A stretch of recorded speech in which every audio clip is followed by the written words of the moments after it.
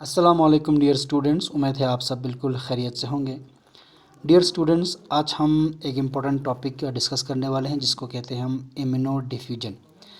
तो immuno diffusion base है बच्चों एक प्रोसेस पर जिसको हम इम्यूनो प्रेसिपिटेशन कहते हैं।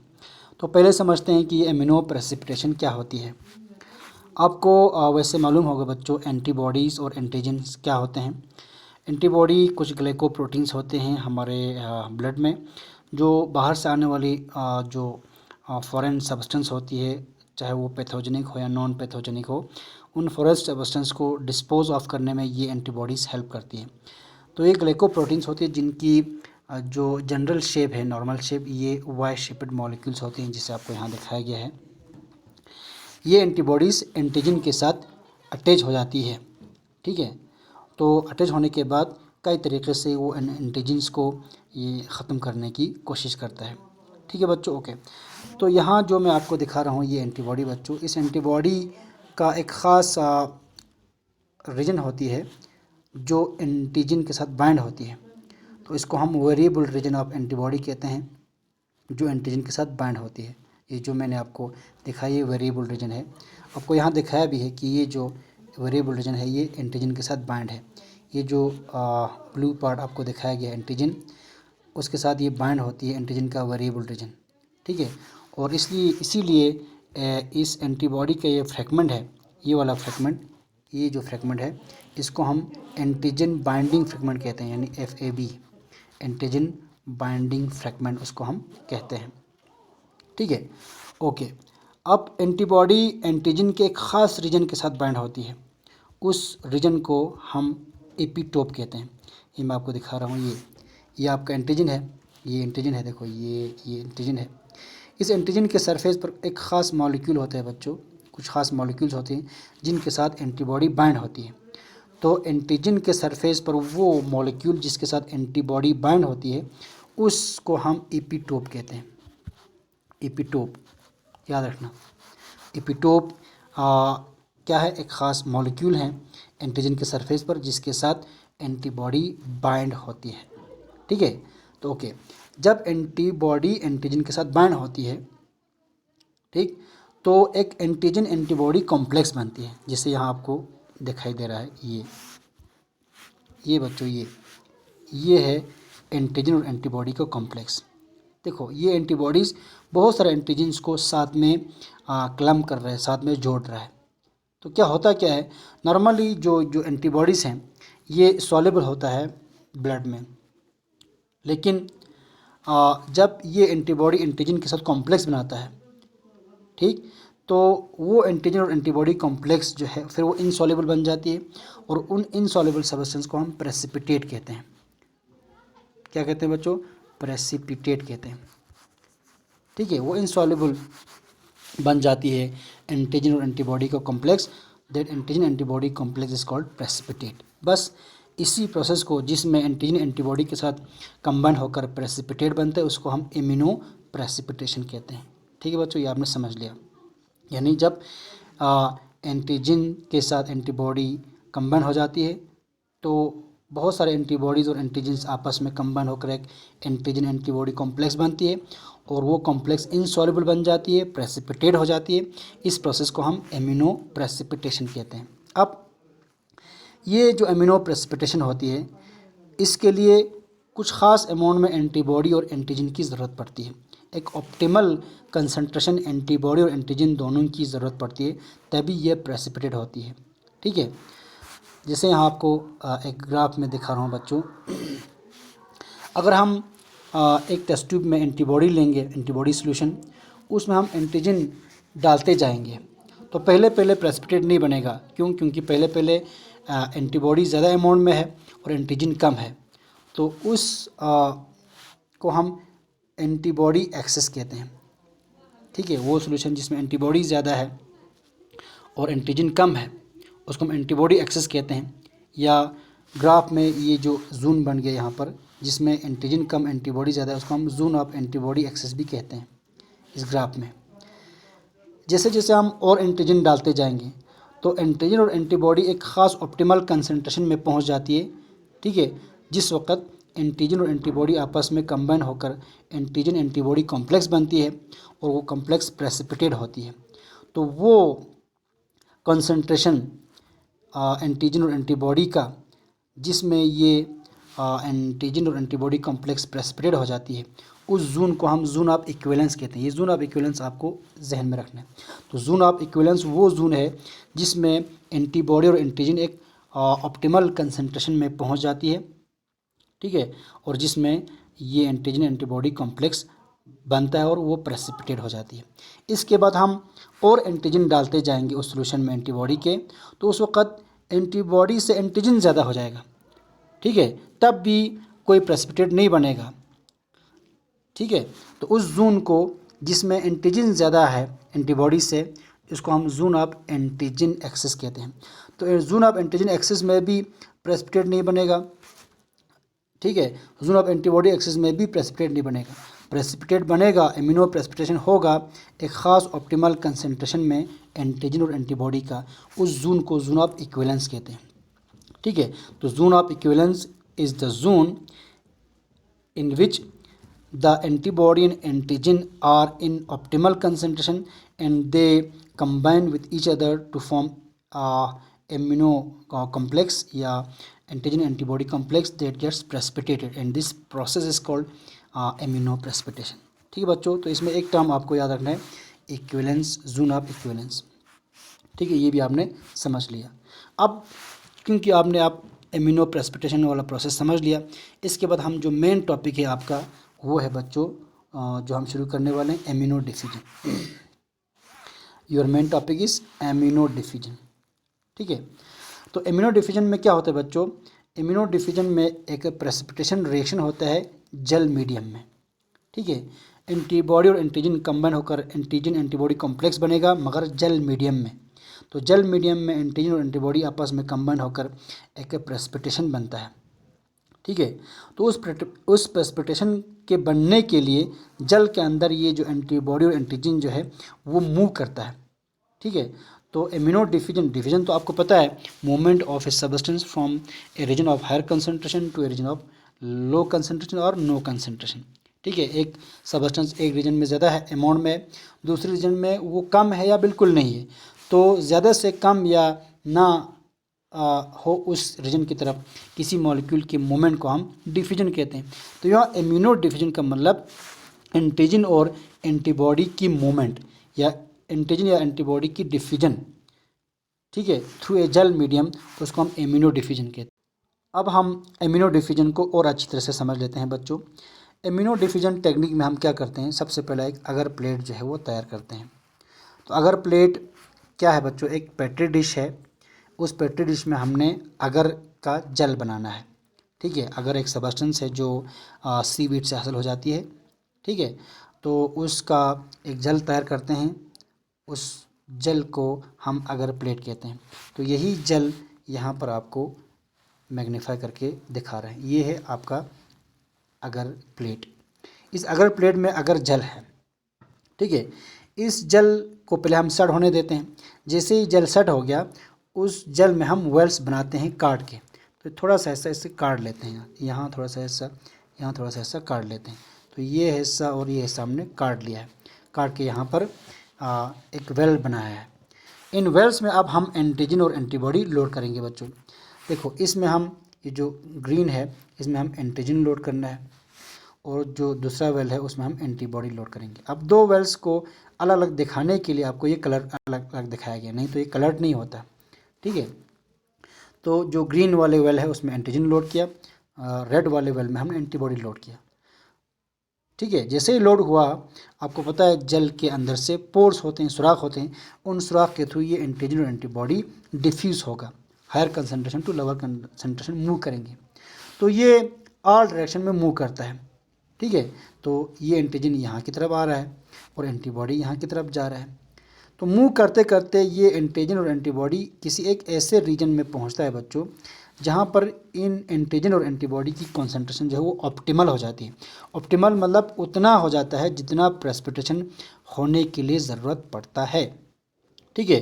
तो प्रेसिपिटेशन के लिए जितना अमाउंट ज़रूरत पड़ता है एंटीजन और एंटीबॉडी की, तो उतना अमाउंट इस जोन में जमा हो जाती है। इसलिए इस जोन को हम जोन ऑफ इक्विवेलेंस कहते हैं। ठीक है, यहाँ ज़रूरी नहीं है कि यहाँ एंटीजन और एंटीबॉडी का 1:1 रेशो, ये ज़रूरी नहीं है। ठीक है, कभी कभार एंटीजन ज़्यादा एंटीबॉडी कम पे भी प्रेसिपिटेट हो जाती है। ठीक है, तो यहाँ 1:1 रेशो की ज़रूरत नहीं है। आपको इतना याद रखना है कि उतना अमाउंट एंटीजन और एंटीबॉडी का जो ज़रूरत पड़े प्रेसिपिटेशन होने के लिए, उस अमाउंट को हम ऑप्टिमम कॉन्सेंट्रेशन कहलाते हैं। तो इस जोन में जब ये एंटीजन और एंटीबॉडी पहुंच गया तो उनकी कंसंट्रेशन ऑप्टिमम हो गया एक दूसरे का। ठीक है, तो ऑप्टिमम कंसंट्रेशन पहुंच जाने पर ये एंटीजन एंटीबॉडी आपस में कंबाइन होकर प्रेसिपिटेट बनता है। तो ये प्रेसिपिटेट एक लाइन के फॉर्म में आपको नज़र आएगा, इसको हम प्रेसिपिटेशन लाइन कहते हैं। ये प्रेसिपिटेशन लाइन यहाँ आपको दिखाई दे रहा है। ठीक है, तो इसी प्रोसेस को हम एमिनो प्रेसिपिटेशन कहते हैं। तो यहाँ हुआ क्या, यहाँ एंटीजन और एंटीबॉडी डिफ्यूज़ हो गया।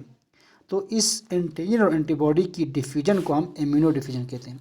जब इम्यूनो डिफ्यूजन होता है, होने के बाद ये एंटीजन और एंटीबॉडी एक ऑप्टिमल कंसंट्रेशन पर पहुंच जाती है, तो उनकी कॉम्बिनेशन से जो एंटीजन एंटीबॉडी कॉम्प्लेक्स बनता है वो प्रेसिपिटेट हो जाती है। इस प्रोसेस को हम इम्यूनो प्रेसिपिटेशन कहते हैं। समझ गए बच्चों? ओके, ये इम्यूनो डिफ्यूजन हम क्यों करते हैं, इसका इस्तेमाल क्या है बच्चों?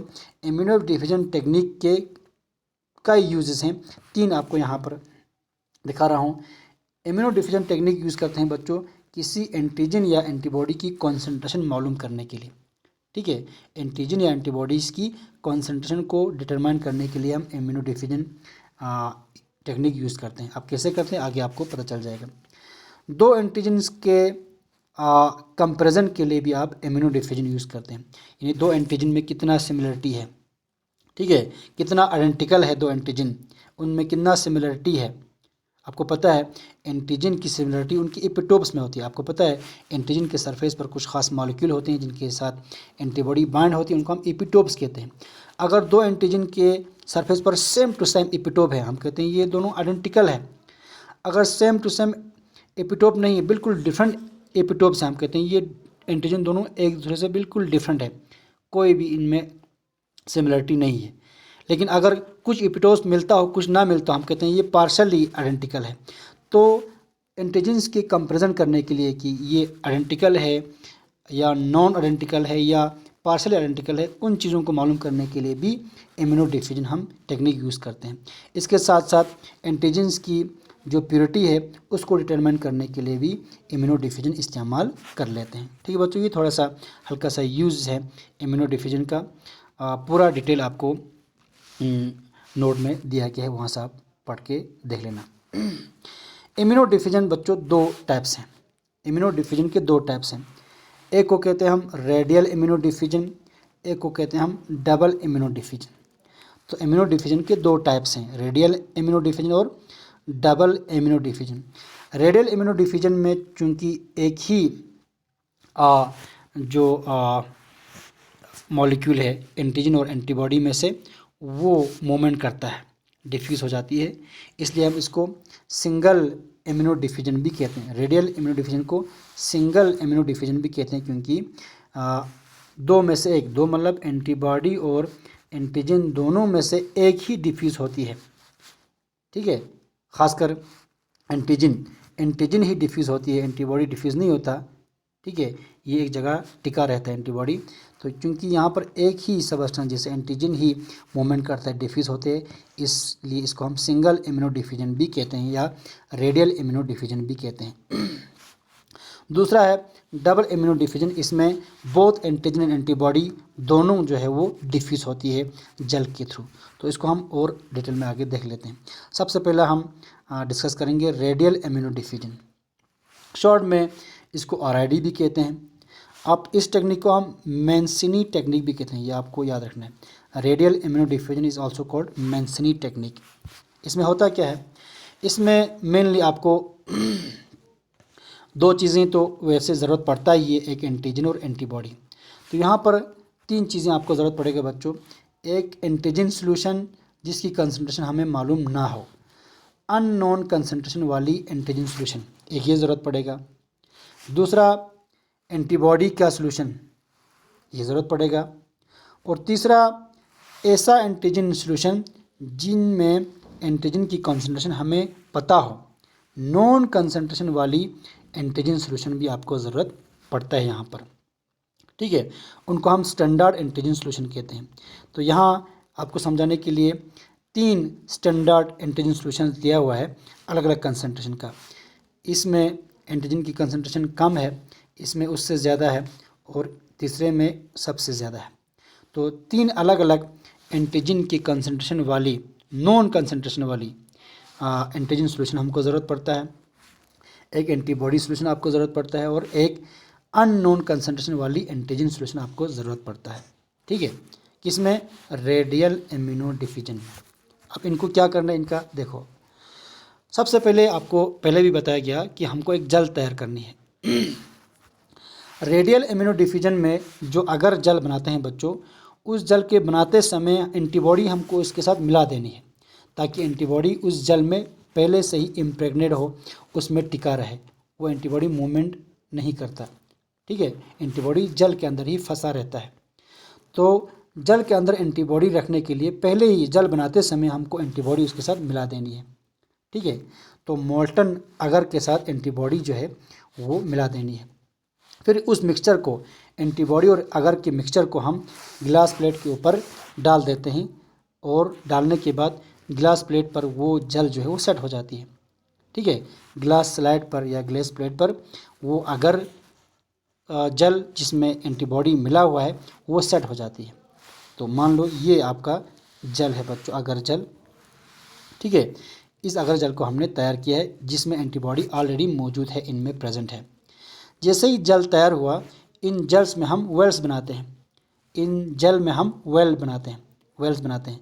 जनरली 4 से 8 वेल्स हम बना लेते हैं जल के अंदर, लेकिन यहाँ आपको समझाने के लिए हमने 4 जल बनाए हैं, क्योंकि हमारे पास 4 चीज़ें हैं।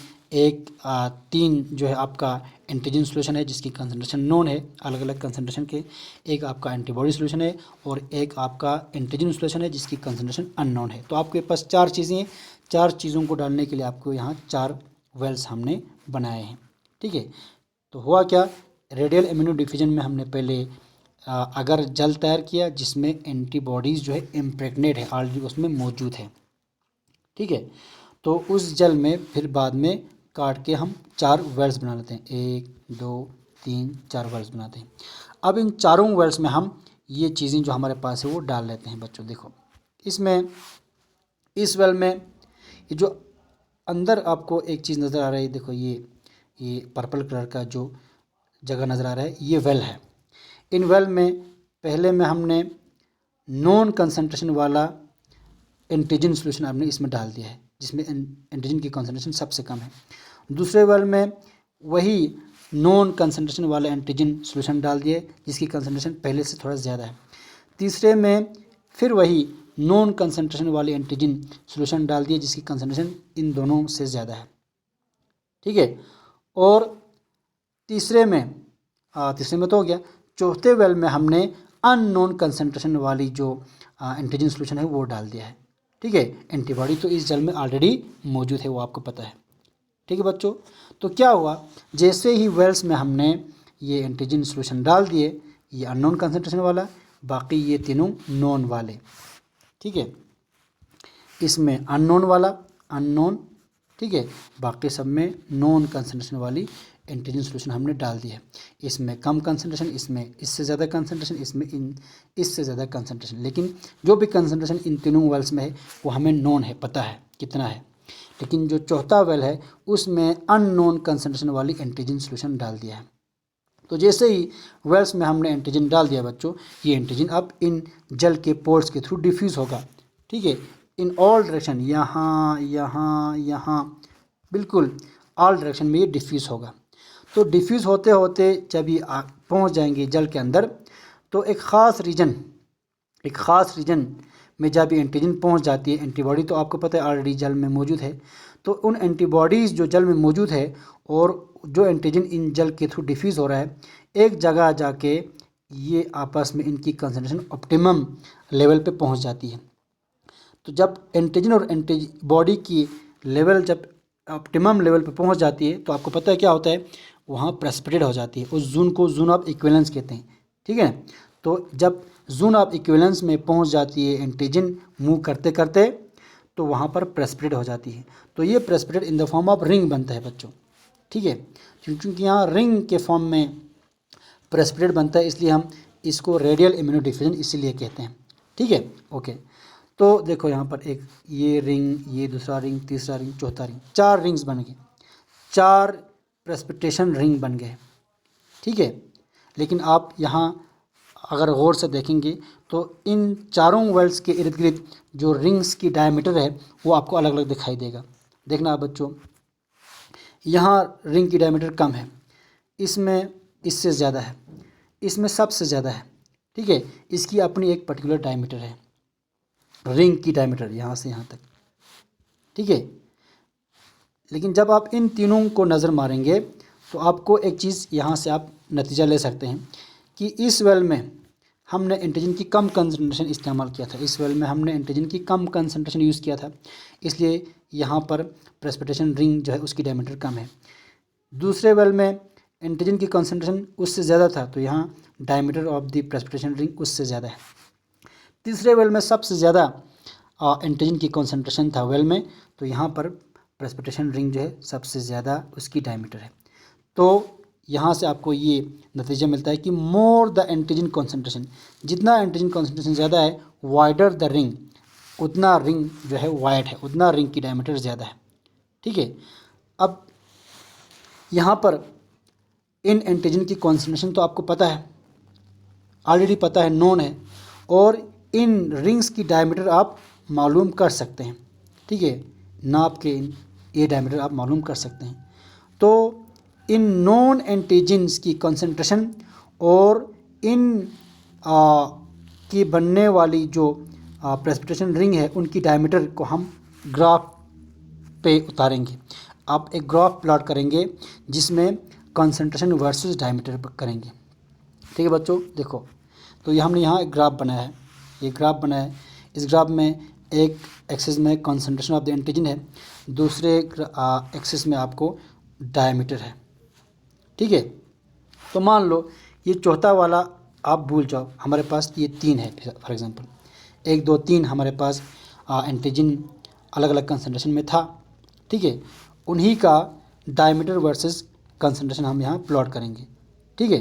तो कंसंट्रेशन आपको मालूम है बच्चों, तो ये एक्सिस डायमीटर है, ठीक है, ये उसका कंसंट्रेशन है, ये नोन है, ये पहला, ये दूसरे का, ये तीसरे का, एक ग्राफ प्लॉट हो गया। तो इस ग्राफ में जो हमारा अननोन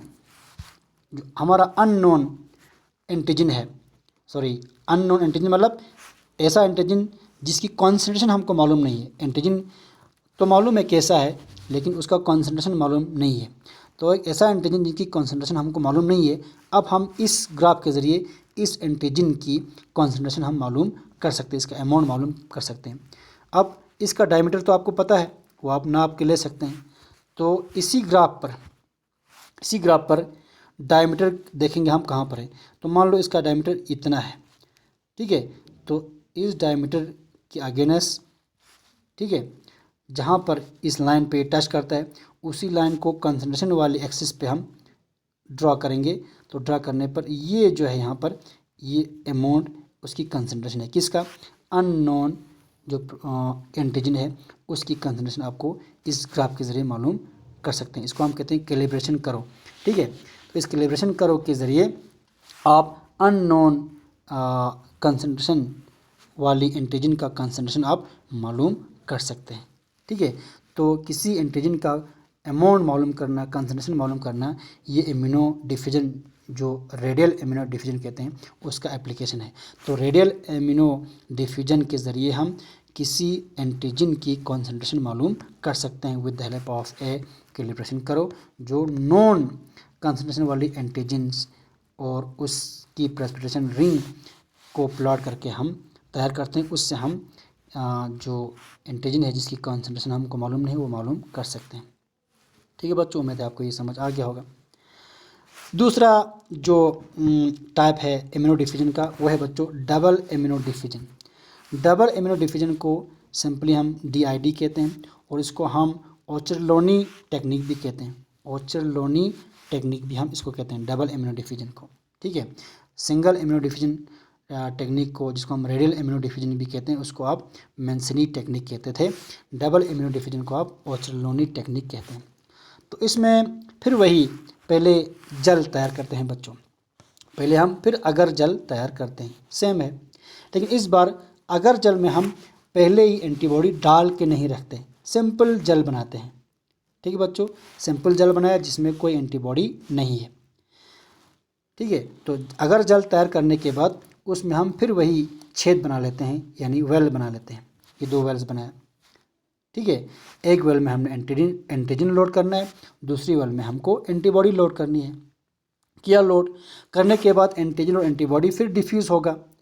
डिफ्यूज़ होते होते एक ऐसा रीजन जिसमें इन एंटीजन और एंटीबॉडी की कंसंट्रेशन ऑप्टिमल लेवल पे पहुंच जाती है, उस जोन को हम जोन ऑफ इक्विवेलेंस कहते हैं।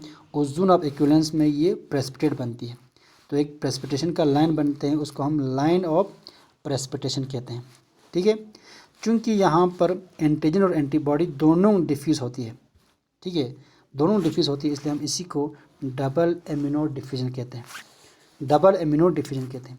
तो डबल इम्यूनो डिफ्यूजन इसलिए कहते हैं क्योंकि यहाँ पर जल के अंदर एंटीजन और एंटीबॉडी दोनों डिफ्यूज़ होती है। ठीक है, तो जब डिफ्यूज़ होते होते ये जोन ऑफ इक्विवेलेंस पे पहुँच जाती है, तो ये प्रेसिपिटेशन लाइन बनाते हैं।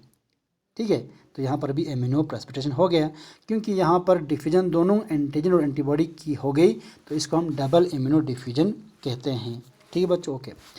तो इस डबल इम्यूनो डिफ्यूजन के ज़रिए हम एंटीजन्स की कंपैरिजन करते हैं।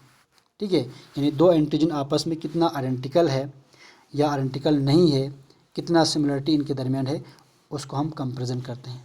तो कंपैरिजन करने के लिए आपको यहाँ पर जल के अंदर 3 वेल्स बनाते हैं। ठीक है बच्चों, ये एक वेल, ये दूसरा वेल, ये तीसरा वेल।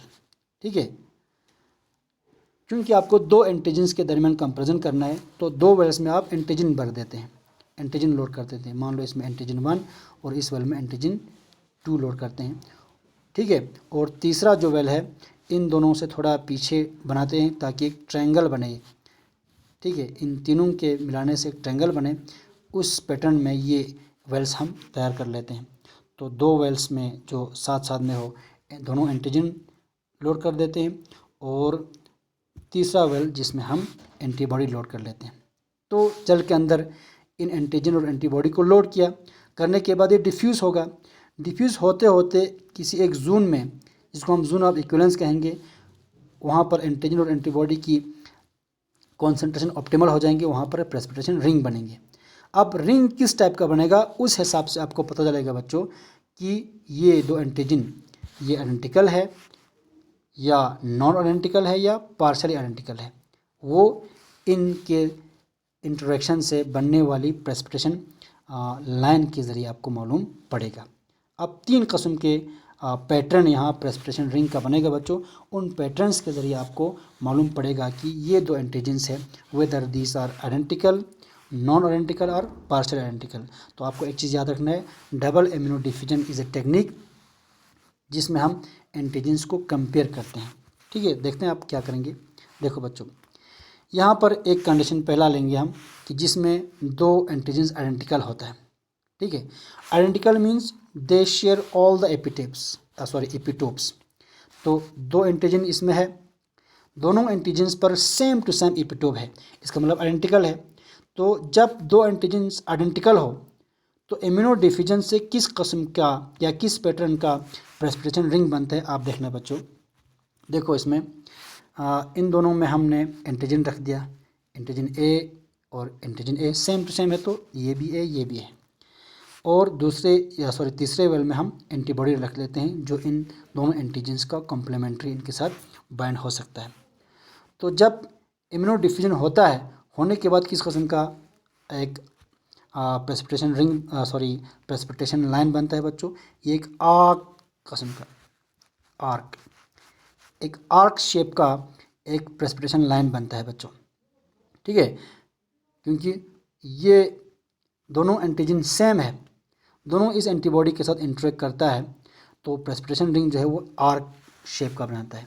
तो जब भी आर्क शेप का प्रेसिपिटेशन लाइन बनता है उस वक़्त ये मालूम पड़ना चाहिए कि ये दोनों एंटीजन जो है वो आइडेंटिकल है। तो यहाँ लिखा है बच्चों, precipitation line will fuse and result in arc shaped precipitation band या प्रेसिपिटेशन लाइन।